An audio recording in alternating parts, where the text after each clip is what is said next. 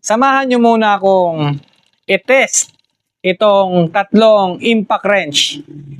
Isang 1/2 na double hammer,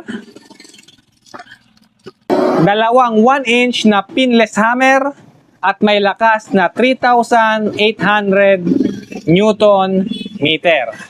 Pero bago ko simulan yon, shout out ko muna ang mga may order ng impact wrench na to. Shout out Arnel A. Alampayan ng Purok 3B, La Purisima, Caguait, Surigao del Sur. Kabulkit, ito yung 1/2 mo.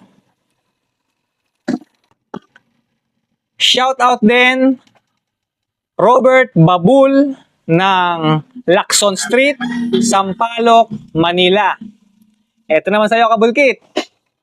At itong isa, shout out sa'yo, Mark Allen Atrero ng Malabon, Candelaria, Zambales.